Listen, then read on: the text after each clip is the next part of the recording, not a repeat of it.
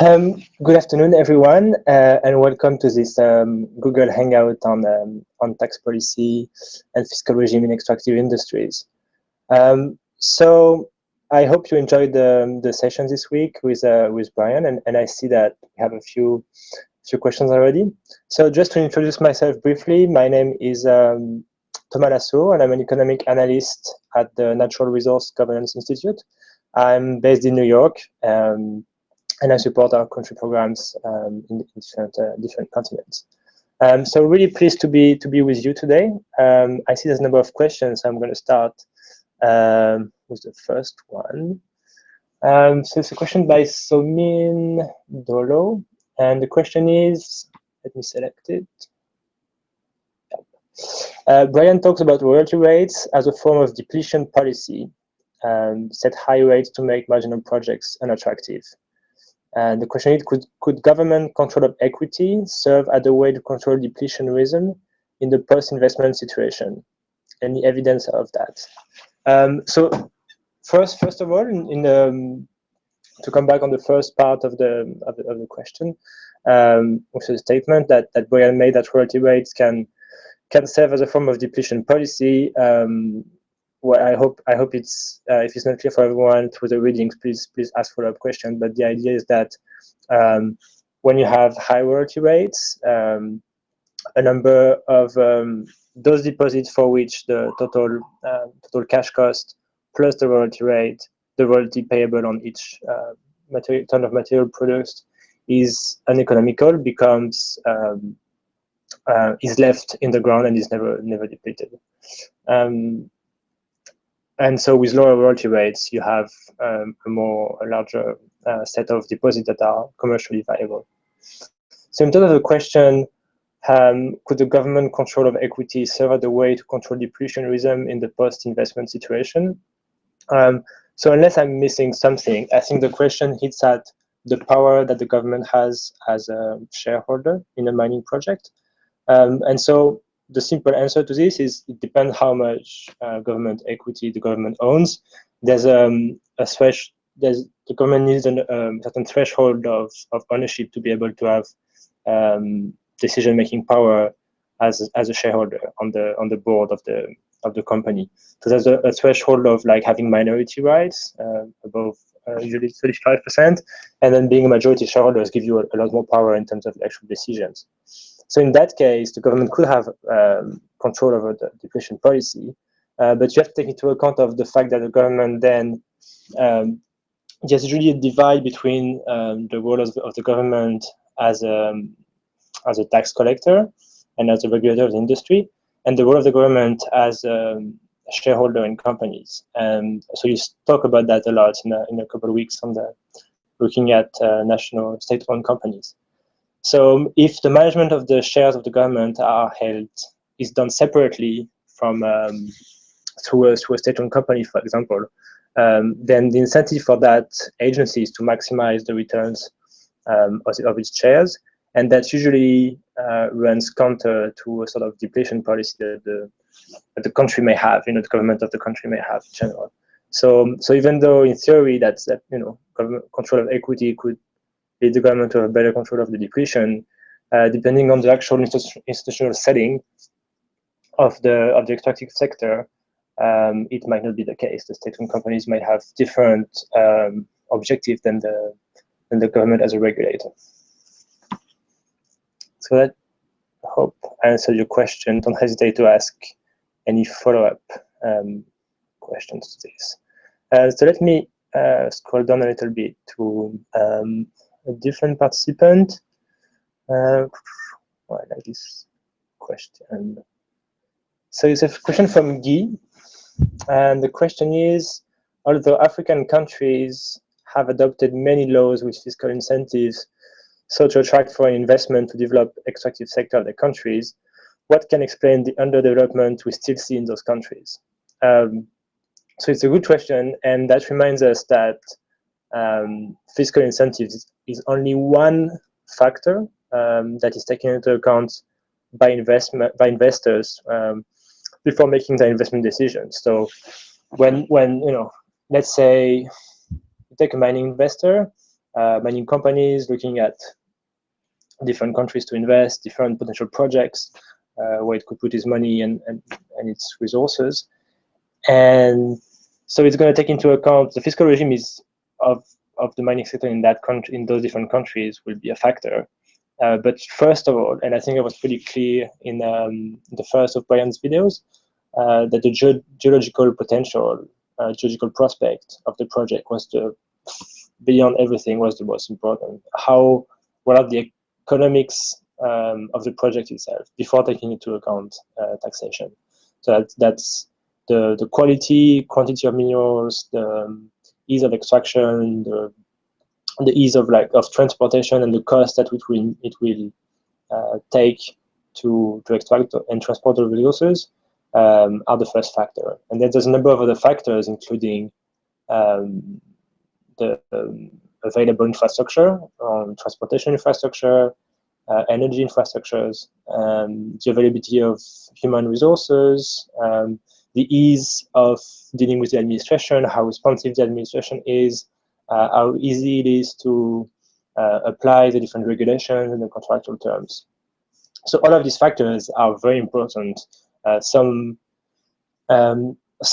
more important than the fiscal regime, some less, but they're all being taken into account by investors when making investment decisions. So that could explain why a lot of the mineral sector and the oil sector in many African countries is still not developed. There is little geological knowledge, so it's hard to identify promising projects. There are high tensions because there are not that many infrastructure. The human resources locally is usually not sufficient to run projects, and it's many countries. It's really hard to deal with the administration. There's a lot of red tape, delays, and that creates additional cost to companies. So that's my take on this question. Do we have more questions? Let me go back up.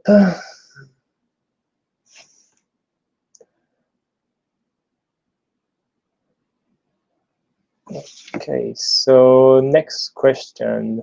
In the royalty tax model, much of revenues come from corporate income tax. How can regime protect against operator underperformance? In other terms, resource rent reduced just because operator incompetence mistakes led to high actual realized costs. Yeah, it's a good question, and a question faced by a number of jurisdictions. I mean, there are two sides of the story. I mean, I think the first answer is for countries to have strong regulations. So when you're able to monitor the types of and sorry, let me go back.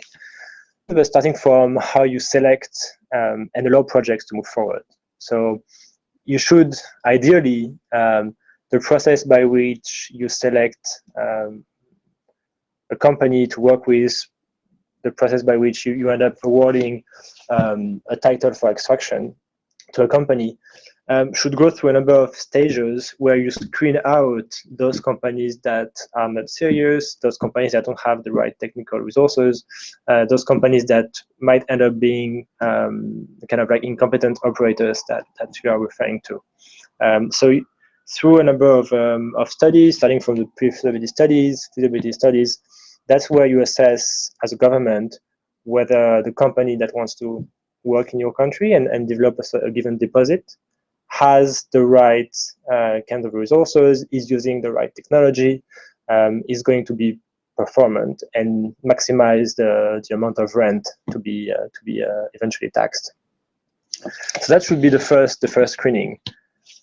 Then, as a regulator, once you award contract or a permit to a company to lead operations based on its feasibility study and the given investment and work plan, then you are entitled as a regulator to monitor what the company is doing.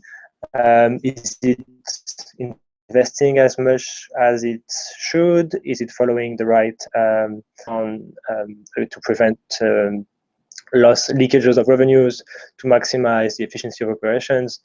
All of that, it's the right of the state to make sure that the company is fulfilling its operations. So here again, before you end up witnessing the fact that the company is doing a poor job, you can, as a government, you can make sure that you can correct any mistakes that are being made through that process. So I would say that that's the best way to prevent a company from wasting wasting the resources by being inefficient and not creating enough revenue from the project. If your government, if in the low capacity environment, if you're the government and you know that you don't have you won't have all the capacity that requires to prevent the company from running poorly, then that might be a reason why you might want to favor taxes on inputs or taxes on revenues like royalties, so you don't have to rely on how performant the company is in terms of to generate taxable income.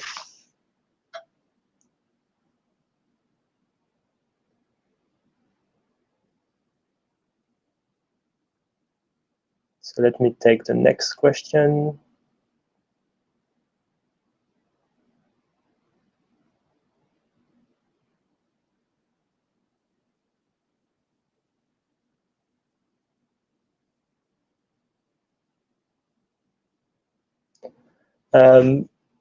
First question I see on the list: is there evidence of a policy ever used that charges a royalty type of fee, which would account for a resource taken out of the people, and then give back the dividend to every household equally, instead of the state taking this fee as a traditional tax? It's a question by Francisco. So good question. It's actually, there's a whole movement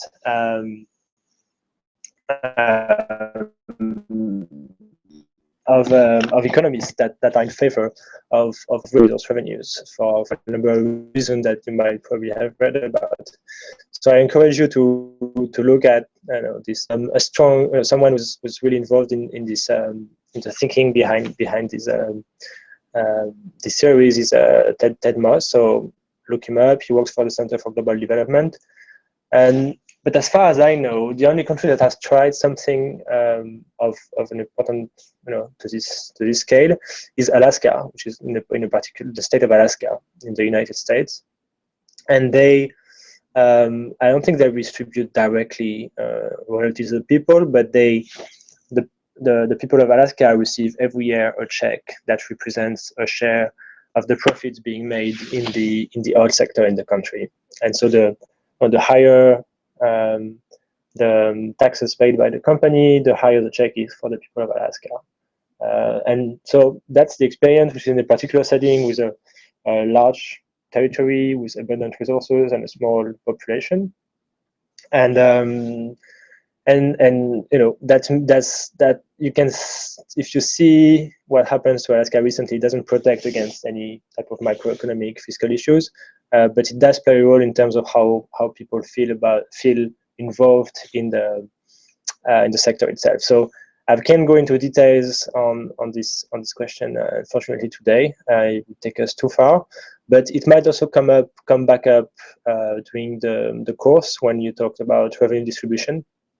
Because this issue is usually taken as a, down the decision chain around once you've taxed the resource sector, how you would distribute this money in the country, either through the budget, through state-owned companies at subnational level, or direct to citizens. So stay tuned to the course, and you'll be discussing it a little more in a few weeks.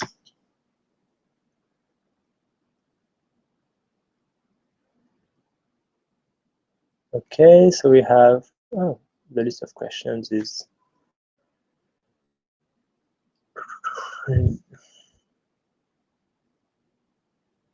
Okay, let me take another question down the list by Guy. So the question is, Brian Lamb talks about aggressive fiscal regime. I would like to know if it is really possible in extractive industries where we have the stabilization clause in the extractive contracts. So good question. I think I need to clarify a few terms that have been discussed by Brian. First of all, the term of a progressive fiscal regime, it's a bit misleading to call fiscal regimes progressive or regressive in that sense, because it implies some kind of positive or negative judgment about these regimes, but it's not the case. We're just saying it's just a feature of a fiscal regime. So a progressive fiscal regime is one that allows the state to tax a company more, or to generate more, to capture more revenues from an active project when the project is making high profits, and to capture much less when the project is making low profits. So when we tend to see this is progressive because it evolves, it captures more or less of the profits with how profitable a project is. So in a sense, it's the most acceptable to the economics of the project, because in whatever circumstances you are, whether the market is good and you're selling and you're making high profits, or work is having profits, the way the government captures revenues doesn't, or impacts the project in a way that doesn't distort its operation. So a project can keep on going longer and in more different scenarios. So in a way, you could think it has good properties economically, but that also means that in many circumstances, a government might be losing a lot of, or not making a lot of revenues, which could have a severe impact on its capacity to fund its services and service its debt, etc., etc. And so the regressive fiscal regime is one that doesn't capture more. Doesn't capture a lower share of the profits when a project becomes more profitable, and captures a bigger share of the profits when a project is less profitable. So it's not in the interest. It can make projects close when you go to a level of very, very low profitability. But apart from these extreme circumstances, it can allow government to have a more stable flow of government revenues, which can be an important objective of fiscal policy.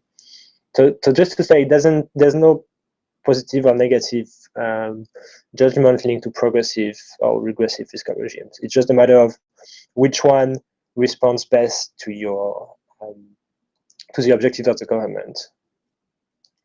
And so I want to clarify that point, because people, it's something that people usually tend to associate. Progressive fiscal regime is associated with something very positive. And the link with stabilization clause, there shouldn't actually be any link, because the way you design a fiscal regime, so it's you negotiate a number of different tax instruments, taxes, royalties, state equity, all the components of the fiscal regime that Brian mentioned and that you may have read about in the readings. What stabilization clauses do in contracts is that they stabilize, or they freeze at the extreme those fiscal terms for the duration of the contract, or a given duration defined in the contract. So if the fiscal regime that has been set in the contract is progressive, then it is stabilized as progressive. If it is more regressive, then it will be stabilized as regressive. So the stabilization clause, what it does is just it keeps the terms in the contract, and it prevents any party, especially it prevents the government from changing any of the terms during the duration of the contract. So it doesn't. These are two. The definition of the fiscal regime as regressive or progressive happens first, and then the stabilization clause just keeps that keeps those terms on, and so the stabilization clause itself cannot prevent or a fiscal regime from being progressive or regressive. But I see where the question comes from. Because we tend to say, in terms of the economics of fiscal policy, we tend to say that a fiscal regime that is more progressive is more stable. But that doesn't refer to the stabilization clause.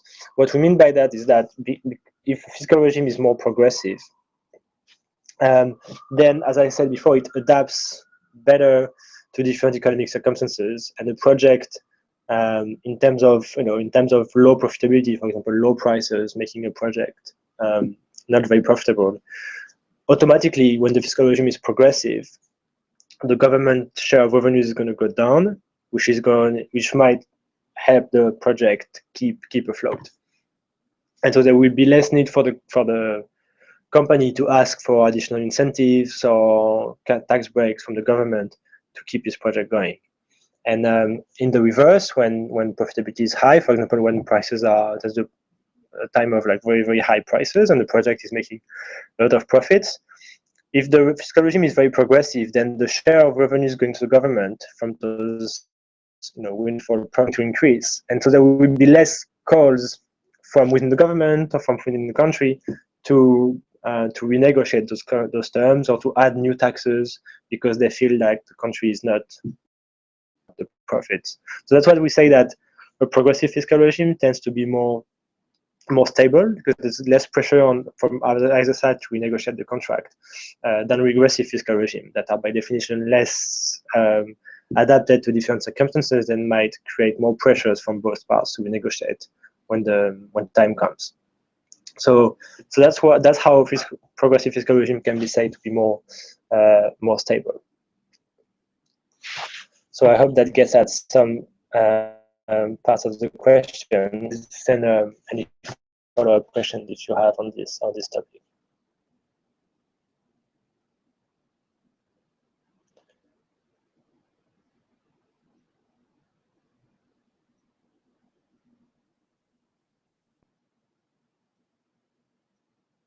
Okay, there's a follow-up question to a first question. So let me go to this one. So from Samin, if I can clarify and follow up on the first question, government control may be justified by the interest to slow depletion when the commodity price is depressed before private company, which would extract as long as variable cost is covered. Right.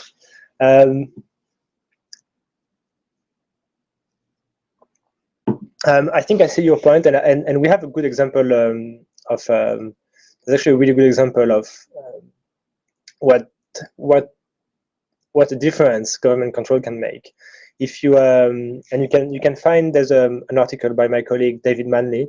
It's available on our website, and with one of our experts, an expert who work with us very often, Keith Myers.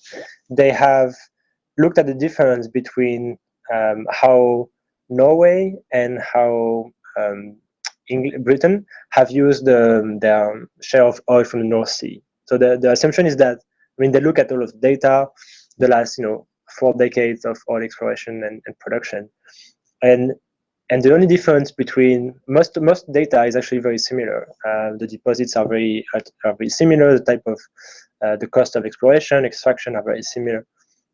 The main difference between the UK and Norway is their strategy regarding the role of the state and the control of the state on the oil resources. And if you look at how both countries, how each country has developed its oil resources, you see that Norway has generated government revenue. I would have to check the number, and you should read that article. It's very interesting. Norway has generated more revenue per barrel of oil to the order of between $10 and $20 per barrel. So it's a huge difference when you add up all the barrels that have been produced at the different average prices. And the difference is explained in large part because of the control of Norway on its depletion policy and the and the timing of extraction. Norway has extracted more of its oil at times when the oil price was higher, whereas in the UK, where the development of the oil almost completely to the incentives of private companies, the oil was sold very quickly and often not at the time where the price was the highest. So I think that's a good illustration of the point that you make.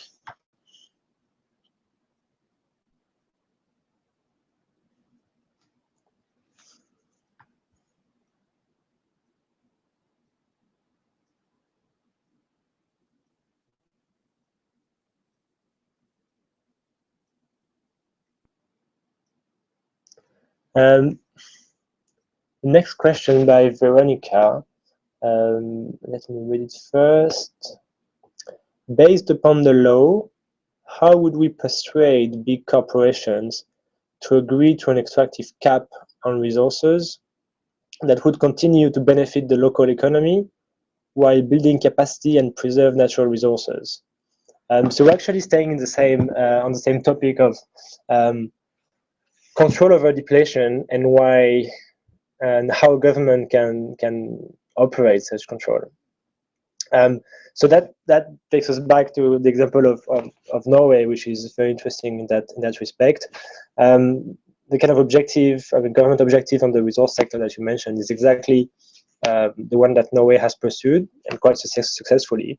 The way that they've asserted a government control on the pace of exploration and development by taking time before allocating blocks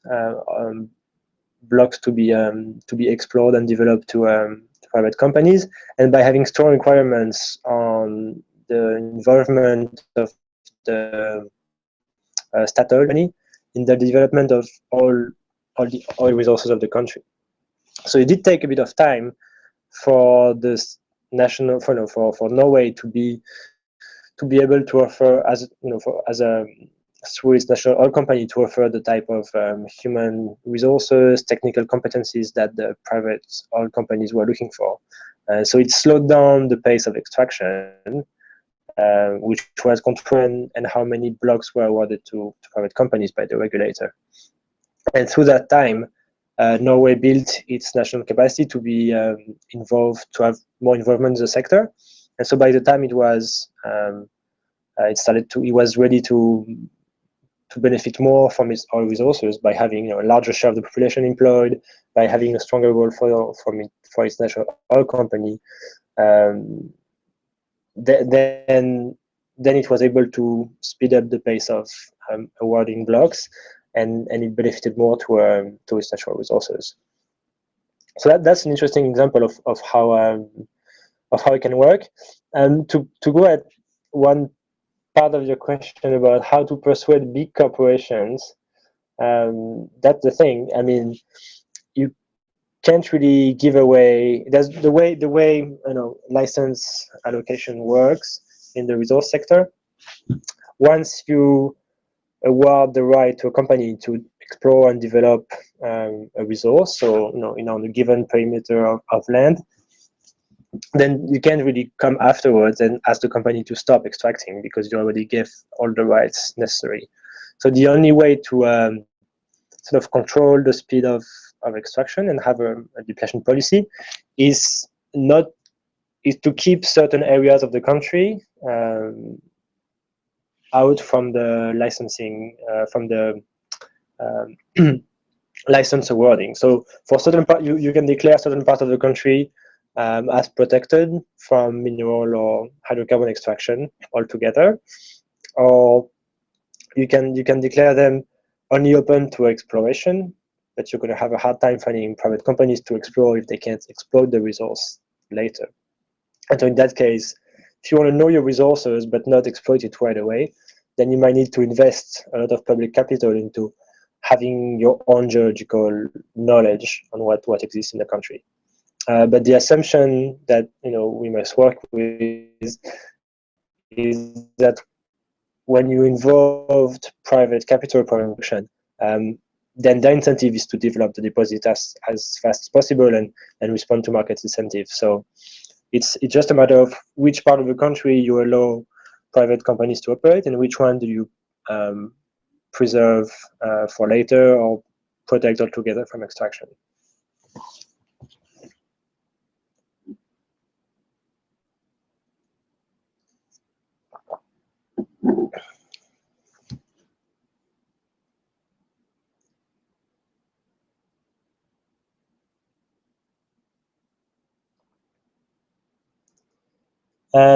Okay, we have a new participant question.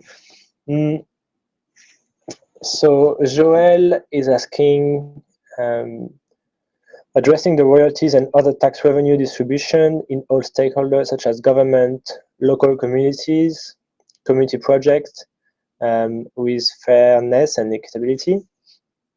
So it's a good question, but I'm going to have to ask you to wait a little bit, because as I was mentioning a bit earlier, the way we with the framework that we use, the Natural Resource Charter, we try to separate the sort of fiscal regime issues that we're discussing this week, which are about how you capture the revenues from extraction, how you maximize in different ways the benefits you get as a country from extractive industries. And then once those revenues have been captured, then later at at a different stage conceptually, in terms of public policy, then you decide how you share those revenues between governments, local community, and other national interests. So that those mechanisms for sharing are usually like a separate discussion from the fiscal regime itself. When the company is negotiating a contract and looking at the fiscal terms in force in the country where it wants to operate, it takes all different payments that are required and look at whether that allows it to make a profit over the lifetime of the project or not. And then what the assumption is that the government is in charge of sharing their revenue in the way that makes the most sense for that particular country.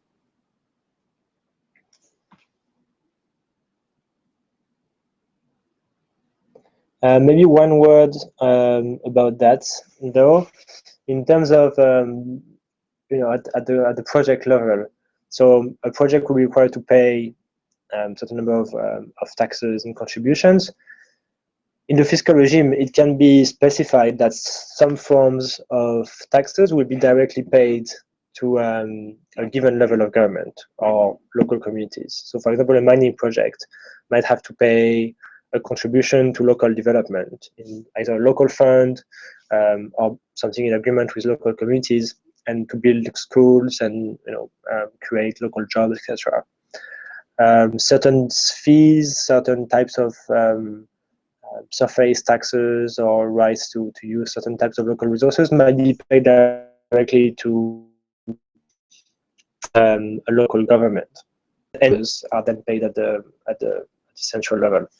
So these decisions are taken by the central government, and that have implications on the sharing of those revenues. But in practice, the company itself who's running the project has to pay those revenues to different levels of government and different types of collecting agencies. So maybe some general recommendation, best practice in that respect is that it's more efficient to have a simple fiscal regime. I think Brian mentioned that issue in the video this week. Is if a company, mining projects tend to generate a lot of revenue, but if the company has to spend substantial resources just complying with tons of fiscal obligations, as is the case in the DR Congo, for example, then that represents a substantial cost to the company. It needs special, lawyers, compliant officers, the entire departments to make sure that it pays small amounts of small fees here and there to different agencies.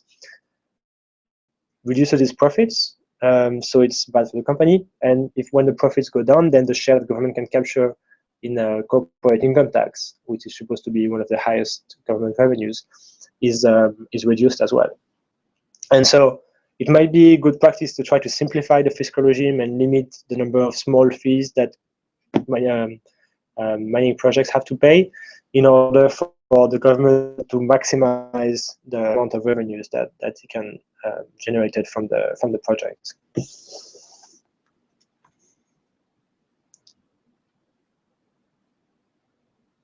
I think I've got that's what I want to say about this question.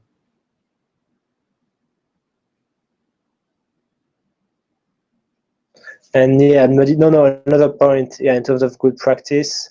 Well, you've been through them in the first few weeks of the course on how important the total transparency and accountability environment is for the sector. And so one additional general recommendation on this is regarding all the all the different payments and taxes paid at different level. The highest level of transparency should be required, and there should be some a repository somewhere where people can see the total amount of payments made by the company. So in many countries, it's through the EITI reports, the Extractive Industry Transparency Initiative reports. But if the country is not a signatory, there are other ways that payments made by mining or petroleum projects can be reported, so that it's easy for experts, users, analysts to see how much is being contributed by a given project.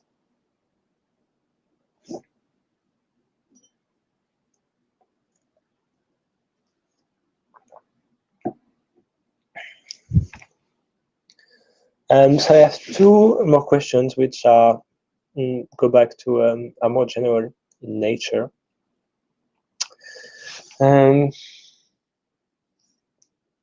Maybe the second one is the most general. Let me start this one. There are still questions on this. So the question is, in simple words, what is the resource economics and fiscal policy of extractive industries? Well, I think we're talking about these are vast subjects and tend to be two components. So I'm not trying to say, I'm not going to give you the perfect answer, but just what I could, if I had to say, a couple of sentences on each, I would say that the resource economics is that should come first. So it's sort of like this is of the policy of. It should be the resource economics should be the basis of government's policy in a given resource sector. So, for example, mineral economics. So that should define how much what the government wants to achieve from its mineral sectors in terms of economic growth, in terms of linkages with other sectors, in terms of employment, and it should be based on the country's geological endowments, on the country's state of development, available infrastructure, available pool of human resources, and fiscal needs. And then fiscal policy for extractive industries. So this is more at the intersection of what the Ministry of the Natural Resource Ministry is interested in, but also the Finance Ministry and in charge of taxation and budget. And so the fiscal policy for extractive industries is deciding what level of payments is expected from resource projects, and at which and how that level of payment is decomposed into different fiscal instruments in a way that allows your mining sector development policy to be fulfilled. So yeah, this is a general question. So I'm trying to state in general answers, but you're welcome to precise add precisions to the question. That would be helpful.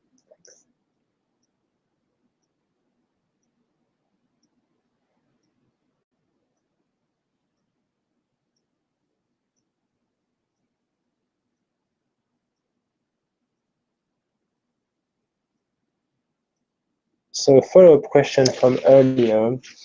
Do you think that governments should interfere on planning extraction paths? How the outcome will change depending on the institution quality and effectiveness of rule of law. Maybe it works for Norway, but would it work for less developed countries? Yeah, it's a good. It's a good question, and especially if you're talking about oil today, there's a number of uncertainties that remain that are on the market. If you're a government that decides to pace the extraction rate of oil, you might end up with a lot of stranded assets, deposit that would never be developed. I think governments, even in less developing countries, should have a role, should at least ask themselves the questions of, what's the ideal extraction path? What's the best way to use the resources and to extract them through time? Even if few countries, even Norway at the time didn't have a very precise idea of what the market would look like in the future and what was the right path of extraction. So there are always some unknowns, but it makes sense for governments to think about how to position themselves in the long term, and to try to think as in terms of their own long-term interests as separate from the from the incentives that private actors might have in the short run. That said, one common feature of less developed countries in the extractive sector is that they don't have a good understanding of geology. So if you don't know the type of minerals or hydrocarbons that you have, how big the deposits are, the type of cost that would be necessary to extract them, then you can't really make an informed decision on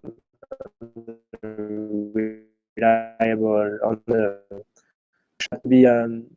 best practice there is to develop that geological information first. So for countries that can, financing it through state-sponsored exploration, and in many cases also by involving private actors into exploration. And there are a number of rules that can maximize the the state's information generated by private exploration. So we're talking about rules about relinquishment rules. So how much of when an exploration license is awarded to a company, after a given period of time, the company has to relinquish some of the explored area to the state. And so if these rules are well conceived, then a government can allow private companies to explore on its behalf a large part of the territory, and only leaving a small part of those explored areas to be developed by those companies that have done the exploration. And the rest would have been relinquished with the results of the geological exploration by the private companies, and that knowledge will be then public knowledge, will be held into the government cadastre, and that can in turn inform any extraction path defined by the government itself. So that's a way that more geological information can be developed in less developed countries without jeopardizing the whole territory for extraction right away.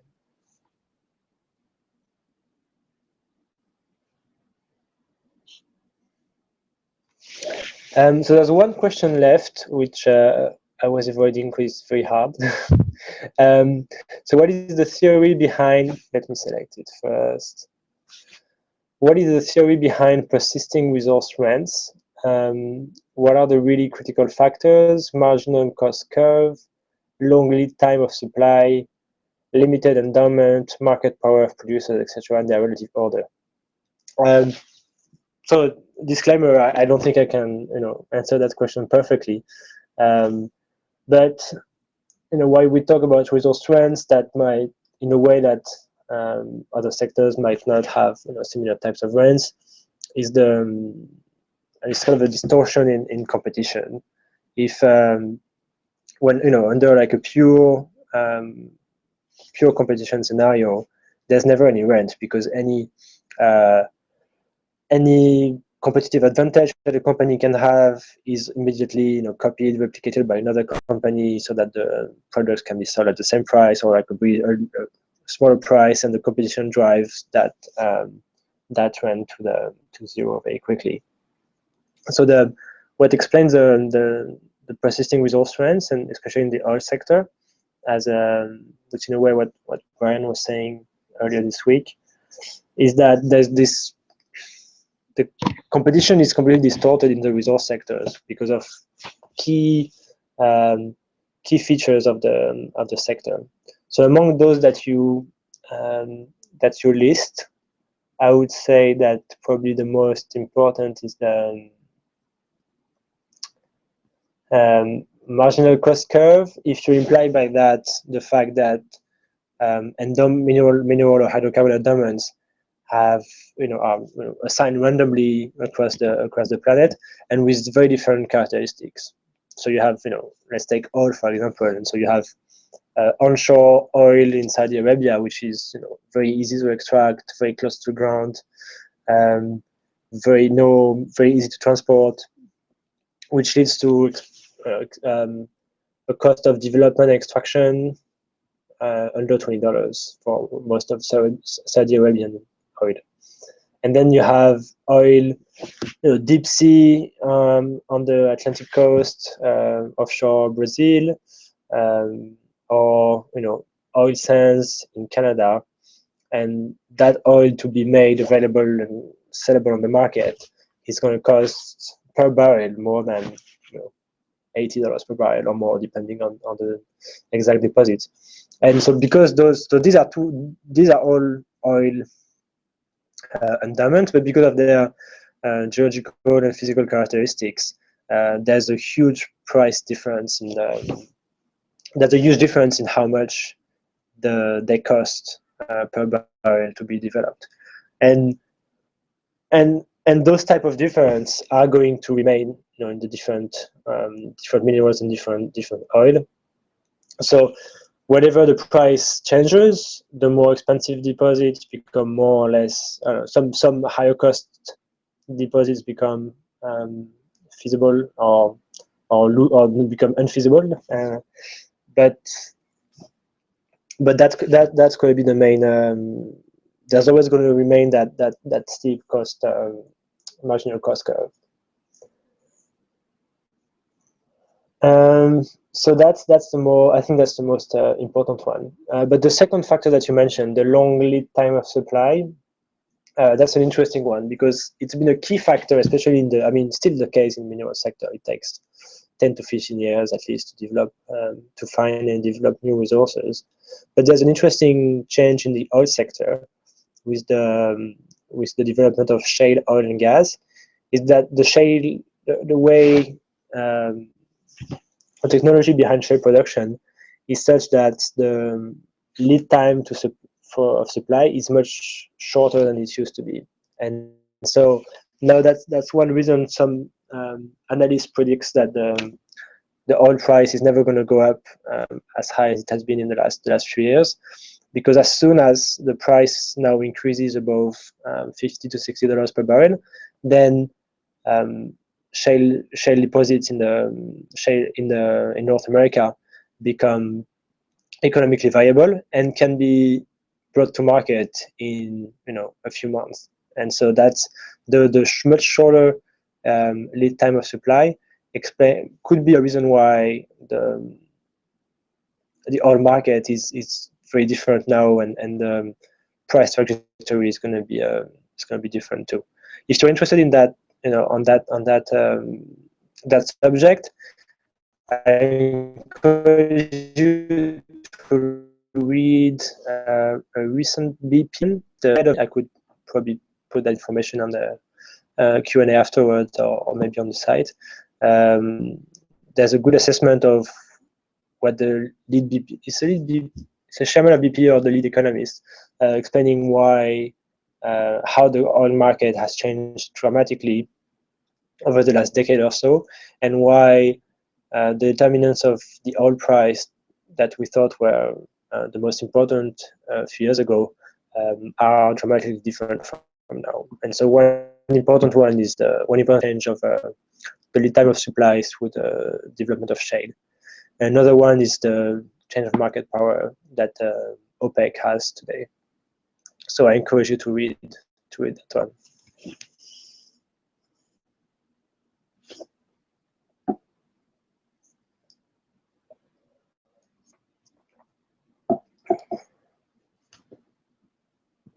Okay, so we have two more. I think we can tackle two more.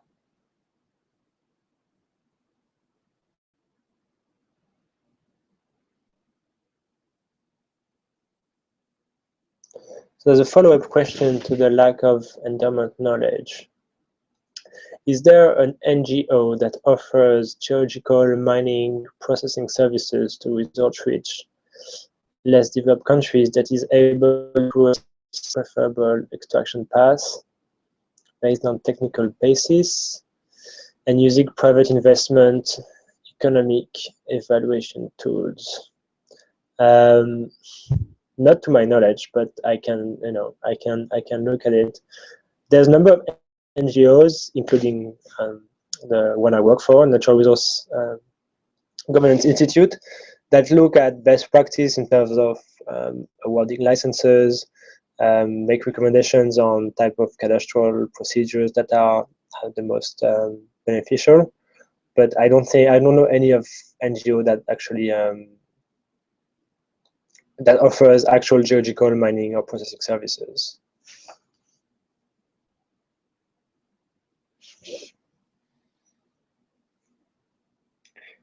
Okay, another question from Joel. In poor countries and underdeveloped countries, even having extractive industries, government is not seated in the negotiation roundtables and just receive the revenues international biggest companies decided to give them. How to assess traceability of it? I think it's a bit of an exaggeration. I've actually worked for a least developed country government in the Republic of Guinea, and the government had at the table as a negotiation table. So we're in Guinea, so I know this case pretty well. Companies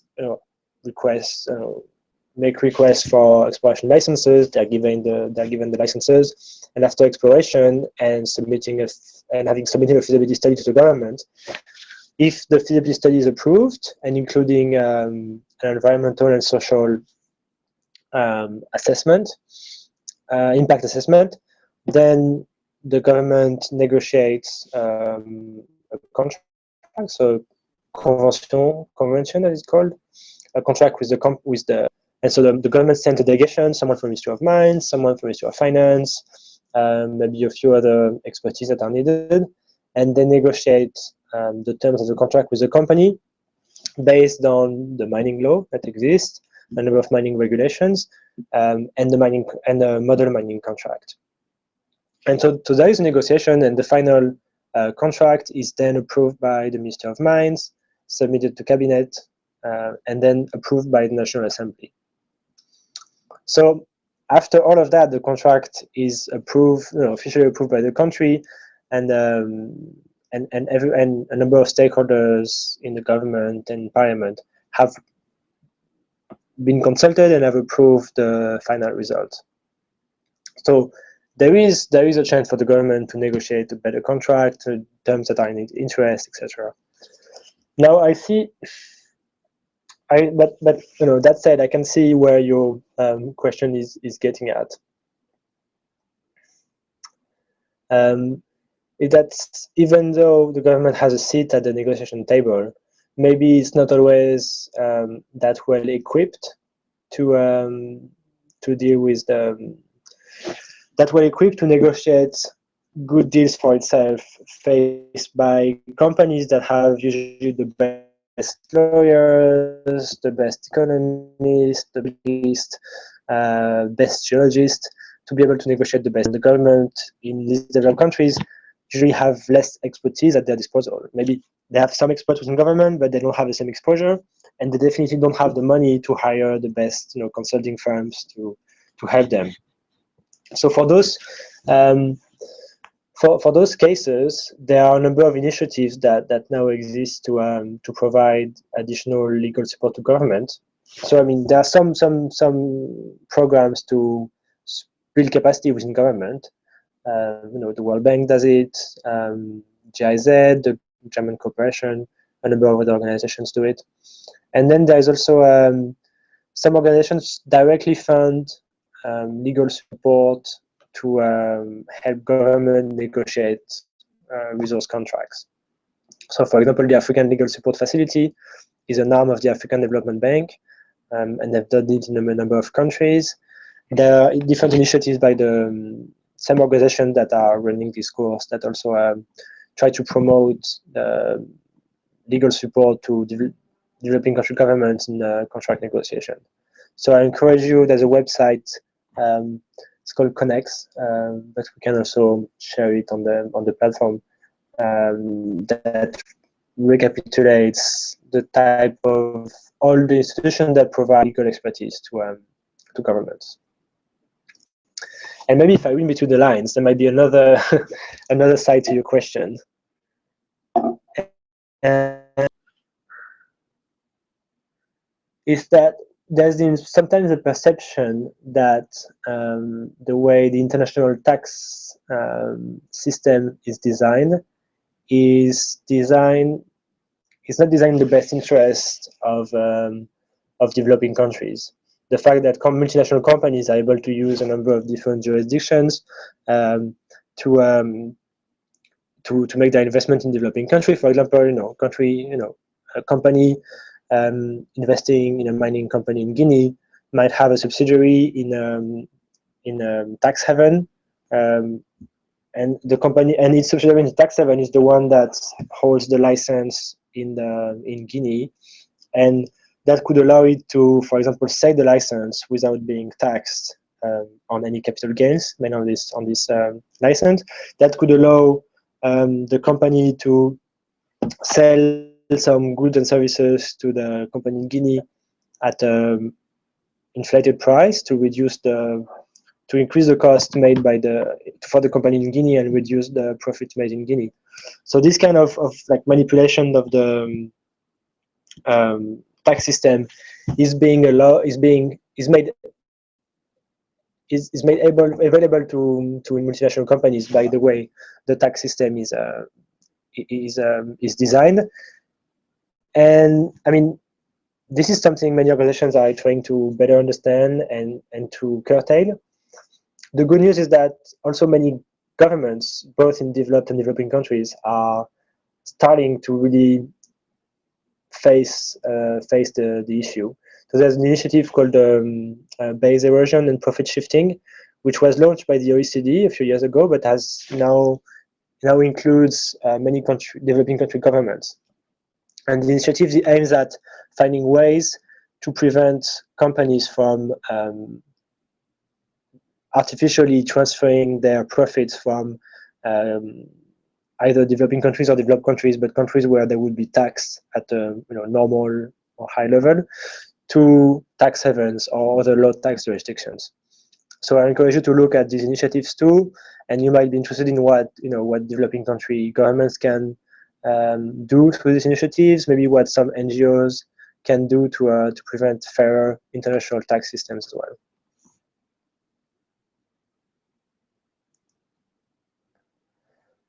So I think we're getting to the end of our Hangout. I hope you enjoyed. I thought it was fun. I see a number of follow-up questions, so I'm taking notes, and I'll ask the organizers how we can post these different links and resources. Connects.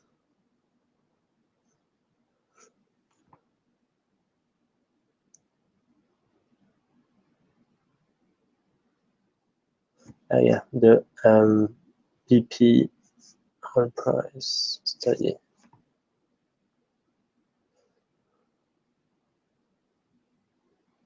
Yeah, and there's a question on job opportunities. So please take a look at our website. We often have job openings, consultancies.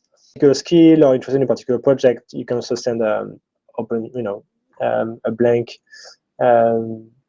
resume.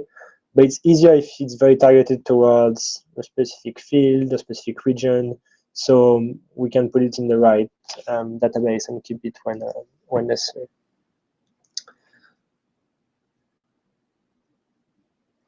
Okay, and thanks for everyone. And for for those who came late, my name is Thomas Lassourd, and I'm an economic analyst at the Natural Resource Governance Institute, and I specialized on fiscal regime for extractive industries. Thanks everyone for joining today, and I hope you enjoy the rest of the course, and I hope we'll meet